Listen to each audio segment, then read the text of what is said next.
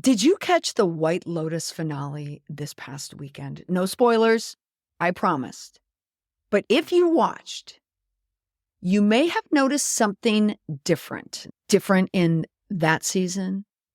It's not in the plot, not in the characters, but in the sound, the music. Because just days before the finale aired, Cristobal Tapia de Vere, the three-time Emmy-winning composer behind the show's unforgettable score, announced he's leaving the show. Hey there, welcome back to the PR Breakdown. I'm your host, Molly McPherson. And this past week, it's all about the White Lotus, the theme that I'm talking about. I can't play it because of copyright issues. You know what I'm talking about, the ooh music behind it. Is that even close? But it is part of popular culture. He's the guy behind that eerie, unhinged theme music that set the entire tone of the series. And now he's out.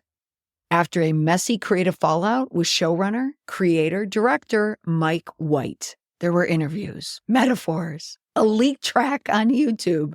But this wasn't just about a disagreement. It was an ego rupture and a masterclass in how standing your ground can sometimes mean lighting a match on your way out. So in this episode, we're breaking it all down.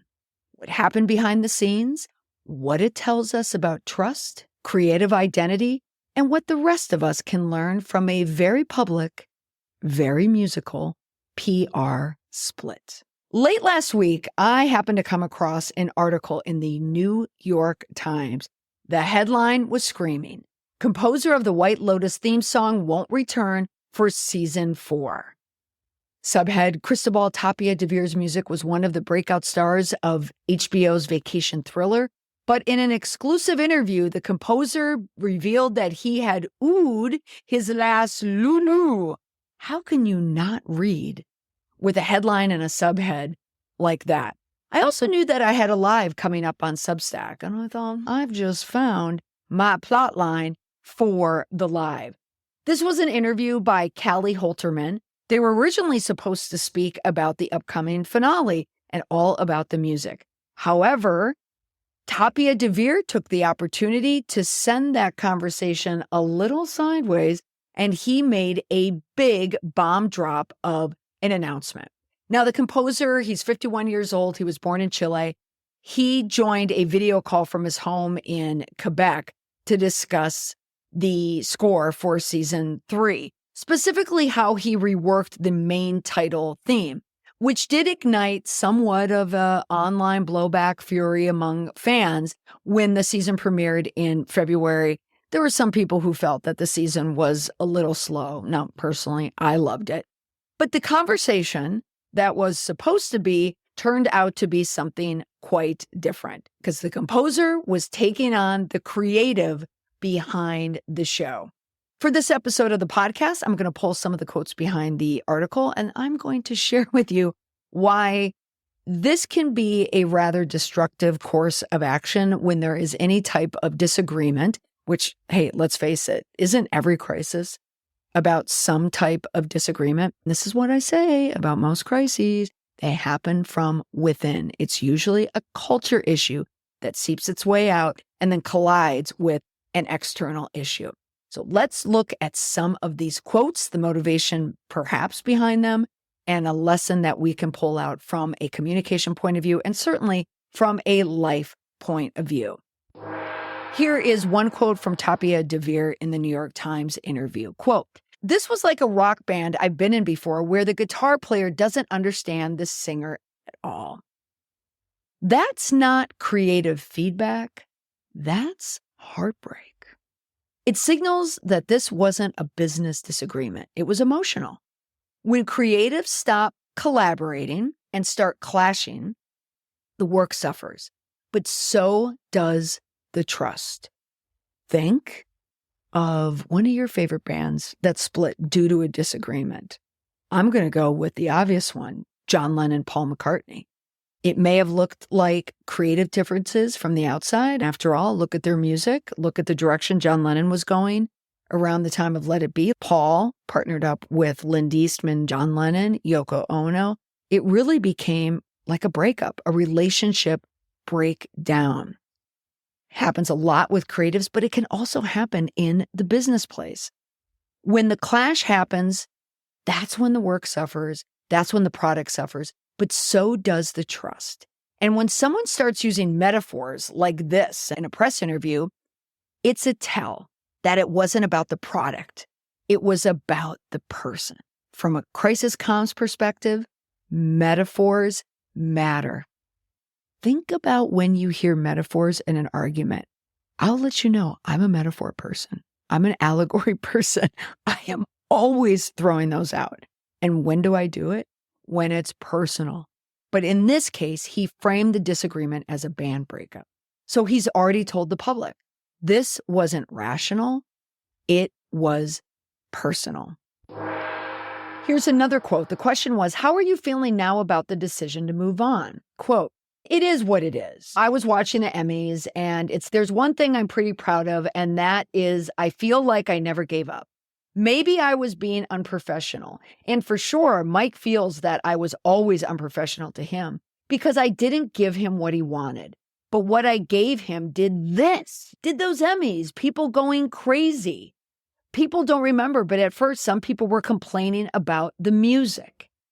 Again, this is a case where it is about the emotion, the personal emotion.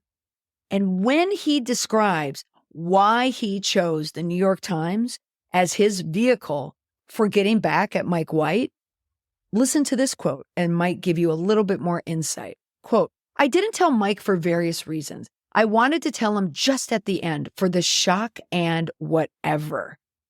That's not strategy. That's emotional retribution. When you save your resignation for shock value, you're not being honest. You're blowing up the bridge and calling it clarity. And from a PR standpoint, it's reckless. You've signaled to every future collaborator, when I'm upset, I go public before I go private. It may have been satisfying at the moment, and come on, where are we kidding here? Venting, nothing feels better than a good vent. However, all venting episodes are emotionally driven. And any of those emotionally driven exits that you have in life, whether it's personal or professional, tends to come with strategic costs, which also comes with a reputational consequence. Then during the interview, Tapia de Vere gets into the artistry behind it. So here's where we can see deeper levels, deeper meaning into the creative clash. The season 3 theme, if you were paying attention, took a big turn. Out with the vocals, in with the Thai gongs and chill, as he calls it, Ibiza-style beats. His extended version got chopped down, and he did not like the version that was used for the program. Quote, there's literally no edge to it. It's just nice background music. That's not just a critique. That's a values clash. They took his artistry and they stripped it down. They didn't value him because to Tapia de Vere, weird is meaningful. To White, maybe it was too much. Maybe for HBO, they said, no, this is too crazy. And that's where a lot of creative breakdowns begin. One person defends risk as identity, while the other just wants something that's more accessible. Let's go back to the Beatles reference. Compare John Lennon's music with Yoko Ono. Aside from Happy Christmas, War is Over, that's a great song. It's an iconic song, classic song. But think about those earlier songs with John Lennon and Yoko Ono. Compare the song Let It Be, technically written by Paul McCartney and John Lennon, but it was a Paul McCartney composition, and compare it to Dig It, also Lennon and McCartney, but primarily written by John Lennon. Two very different creative styles, two very different values that eventually led to the breakup, which for Beatle lore, they were already broken up by the time Let It Be came out. But from a comms lens, this is where it gets tricky.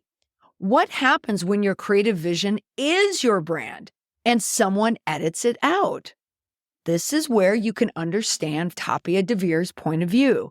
He did not want his identity stripped. When your identity is tangled in your output, every compromise feels like erasure. Every edit feels like a betrayal. So it's understandable from an artistic point of view why that is so challenging. So it's also understandable when you're in a comm shop, when you're in an office, and someone takes your work and they tell you it's not good. If you've been writing something for days, if you've been working on copy, if you've been working on social copy, if you've been writing a response, if you've been writing a strategic plan, and someone says, no, it's a different tone, you might want to stand your ground there so you can understand it. It's a values clash. This is where we can see where things are going south. Now, what happens when there is that personal, emotional, catastrophic thinking behind a crisis and you're starting to light the match and self-sabotage? That is exactly what Tapia de Vere did. When there was some pushback from the premiere back in February, some people were complaining that the episodes were a little slow. The plot was slow to come. People also had opinion about the theme music. Because it was stripped down, it's understandable why he would feel the need to do this next move, which was this: posting the entire extended version to YouTube. This is what he said in the New York Times article, is that he had TMZ calling him. People were furious. So he uploaded it to his own channel, a channel where he has almost 7,000 subscribers. It was a great way to get the music out there. His YouTube blew up. He can monetize it. The fans got the real version.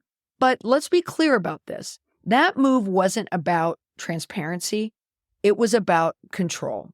Transparency is when you let people in on information that impacts them. This was a move about him. It was about him controlling his reputation and his music. It was about using public sentiment as leverage. That is something that you are going to see in many of these emotional crises. Now, was that a powerful move? A petty one? Probably both. But it came with a cost. Any chance of keeping that creative partnership intact was gone. That was a breach. He went public before he went private. And that's the comms lesson. When you go public before your team can go internal, you're not opening the conversation, you're ending it. Next, we can get some insight into what he was thinking. And this is the same type of emotion that you're going to see in a lot of these crises. This is an example of what I see all the time when I'm working with clients. So the question from the reporter was, what direction were you given for the season 3 theme? Enlightenment. Tapia de Vere says, there was no direction. When I started working on this, I had a collection of Thai gongs that were unrelated to the show. So I started experimenting with that. And then I started looking for someone to play the Saw You, which is a Thai violin, which in the theme happens in the beginning. And then his mom sent him an accordion, an Italian accordion. And then he goes on to explain it with great detail, how he brought that theme to life. There was a lot of thinking there. This type of explanation is the kind that justifies the act of retaliation. And here he starts to explain that justification. Part of the quote was, maybe I was being unprofessional. And this is his interactions with Mike White and also what he did with the theme music. But what I gave him, those Emmys, people going crazy, it was worth all the tension. Think about a time when you were in conflict with someone or where you witnessed conflict and someone blows it all up and then they come back and they justify. I had to do it. I had to say it. I had to be the person to do that. It is that big venting session where you have to get it all out and then you have to justify it. Now, in this case, for him, it was the artist's dilemma. But when does conviction turn into sabotage? And when does a bold move stop being brave and start being bitter? He felt misunderstood. He felt shut out. And instead of staying silent, he let the music speak for itself. Sometimes that works. Sometimes it wrecks the bridge you're standing on. Just because something was popular, just because something worked, and in his case, just because something wins awards, doesn't mean it won't lose relationships. And sometimes both matter. Think about the cost. Before you blow something up, before you allow someone in your leadership to blow something up, think about the cost. In this case, this wasn't just a composer leaving a show. It was a live performance of what happens when emotion drives the exit strategy.